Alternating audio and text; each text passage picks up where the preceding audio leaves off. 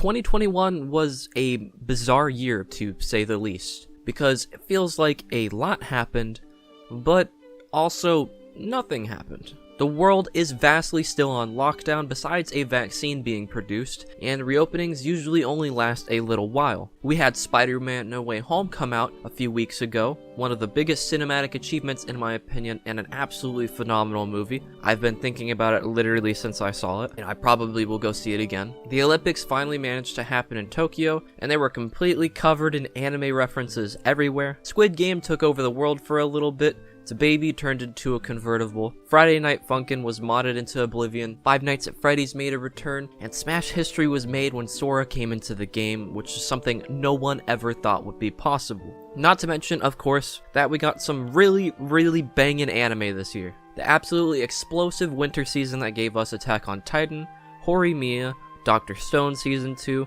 ReZero Season 2, Slime Season 2, Mushoku Tensei, Skate Infinity, the best anime ever created, X-Arm, and some other series that are probably best left forgotten. Then, later, the surprise of spring season, which delivered some of the best shows of the entire year, such as Simple and Effective Mystery and Odd Taxi. One of my personal favorite things to come out of this year, Tokyo Revengers, which I still need to make a video on this series. 86, To Your Eternity, Viviflora I's Song, Fruit Basket's final season, and more. Wit Studio absolutely killed it this year.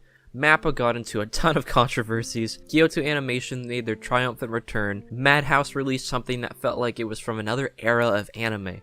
And so many other exciting things happened in the year for anime. Now, after this long-winded rewind of the year, I'd like to get to finally talking about one of my favorite things from this year that I've been wanting to talk about forever, but didn't know when a good time to do this would be. And that is Josee, the Tiger and the Fish. For some reason, hardly anyone has talked about this movie, and I see that as an issue. So I'll be talking about it today and do my best to keep any spoilers out of this video, because I would much rather those watch this video go actually watch the movie themselves. Also, technically, this did come out last year for Christmas, but it didn't come out in the States until this year, so shut up, I'm making this video anyways.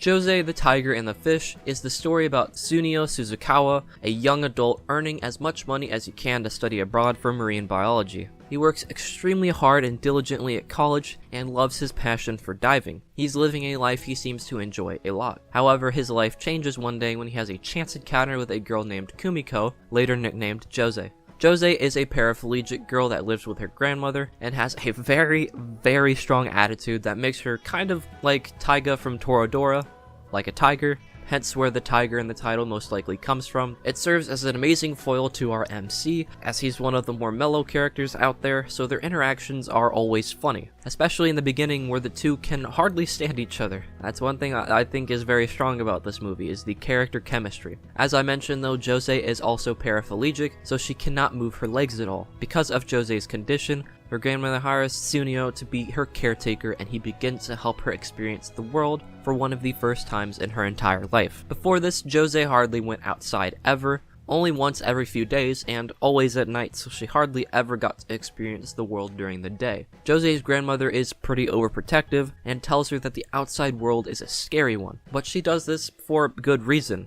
People are not the kindest. We witness firsthand how Josee is treated by others due to her disability, and in fact the entire reason they met in the first place was due to someone having pushed her down a slope. This also likely is why her exterior is so defensive, since she believes people in the world will only bring harm to her. The front of her starts to crack very heavily once the two of them realize they share a mutual love for the ocean. And it's here that the two of them begin to understand each other on a much more personal level, and it's really beautiful to see it happen. Tsuneo shows her the world of Japan and some of the wonders of the ocean and what it means to live a life that is more carefree and full of exploration, while Josee shows him the world as she sees it with her artwork and what it's like living with a disability and what it means to live for oneself.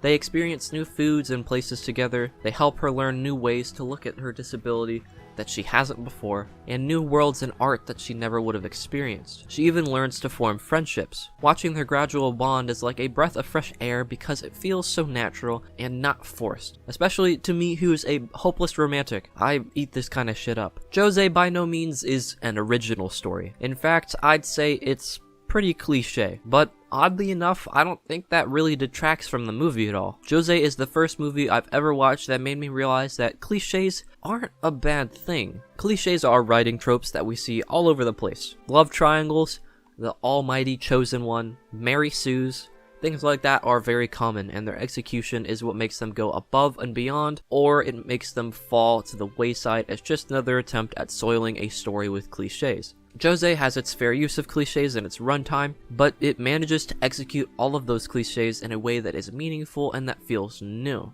In fact, it adds to the overall experience of the film in my opinion, which is weird to say because I always usually really hate cliche in any kind of medium, but Josee just does them all right, and I think that's pretty impressive. It takes good story writing to be able to make cliches not feel cheesy or bad. The writing is just overall very solid.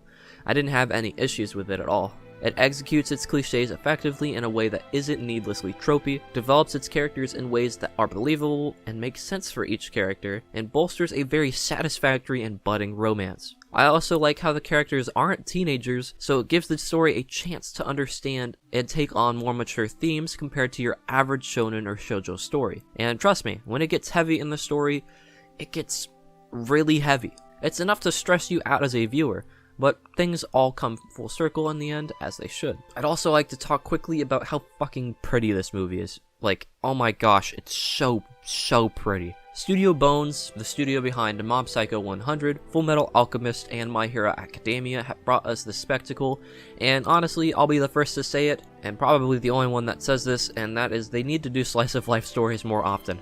This movie is gorgeous, full of soft line art that's extremely pleasing to the eye to look at, and a colorful palette that embodies the romantic mood of the movie, even going as far to have lighting that could really dramatize any scene. Everyone in this film is very expressive, especially Josee, and it helps to tell the story even more. Seriously though, Josee has like a million expressions, and all of them bring me joy, I will not lie. I think she is really adorable. The movie is almost entirely 2D, which is really nice to see because I feel like each year we get less and less of that from Japan, but visually, this movie really delivers. I hope that Bones goes in a direction like this again because I would really love to see something like this from them at least one more time. The OST is probably the only place I would find any room to complain about this movie, as a lot of the tracks are a little forgettable. In fact, going into this video, I had to re-listen to the soundtrack because I couldn't remember any of it. It's not like Your Name, which had a beautiful soundtrack through and through, or A Silent Voice, or anything like that.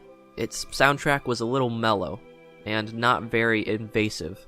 I'm not sure how I feel about that since listening to an OST is what brings me back to the first moment that I experienced that scene, letting me feel all those emotions again. I can't really do that with Josee very much, but I kind of like that at the same time. The soundtrack is there in this movie to accentuate the mood, not to completely steal the moment. The music that does play is very fitting though to the overall theme, and we also get an insert song sung by the boy Eve that certainly does leave a lasting long impression. Speaking of long-lasting impressions, one of the most important things in this movie, and the reason I wanted to make a video on this for New Year's, was because this movie has a message in it. Follow your dreams. Whether it be going to another country to study, or to dive and see a fish you dreamt of seeing your whole life, or whether it be exploring the world or becoming an illustrator, no matter what happens or whatever hurdles are thrown your way, always follow your dreams and your passions. Copyright strikes, connecting with so many of my subscribers, and becoming friends with them, and in some cases losing them, taking part in an abridged series, videos hitting hundreds of thousands of views, collaborating with a channel 100 times my size, and almost 10,000 subscribers is what 2021 has brought me as far as YouTube goes. I still have a long way to go if I ever want to try and accomplish my dreams, and there have been a few times I've been discouraged or wanted to stop. There have been some nights where I've told my friends that I'd quit, hang it up and pack up all my equipment, but every time they'd reassure me, tell me to keep my head up and to keep chasing my dreams. I'm always hesitant to look to the future because I don't know what's in it, and that makes me scared. But as long as you've got those few supporting you and a passion in your heart to follow, everything will turn out okay in the end. So, my New Year's resolution for 2022 is to fight the tiger and use the wings inside of my heart to continue pursuing my dream. I want to experience new worlds and continue my journey. Motivation is always an issue with me, but Josee, the tiger, and the fish help give me some courage to keep moving. So, thank you.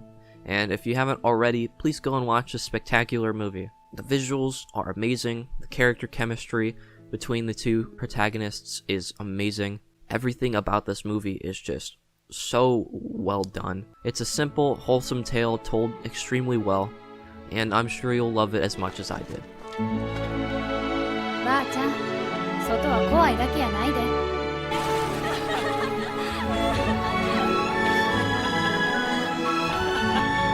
Thanks everybody for watching this video. I really appreciate it, and I hope everybody watching has a happy new year, and good luck with 2022 everyone.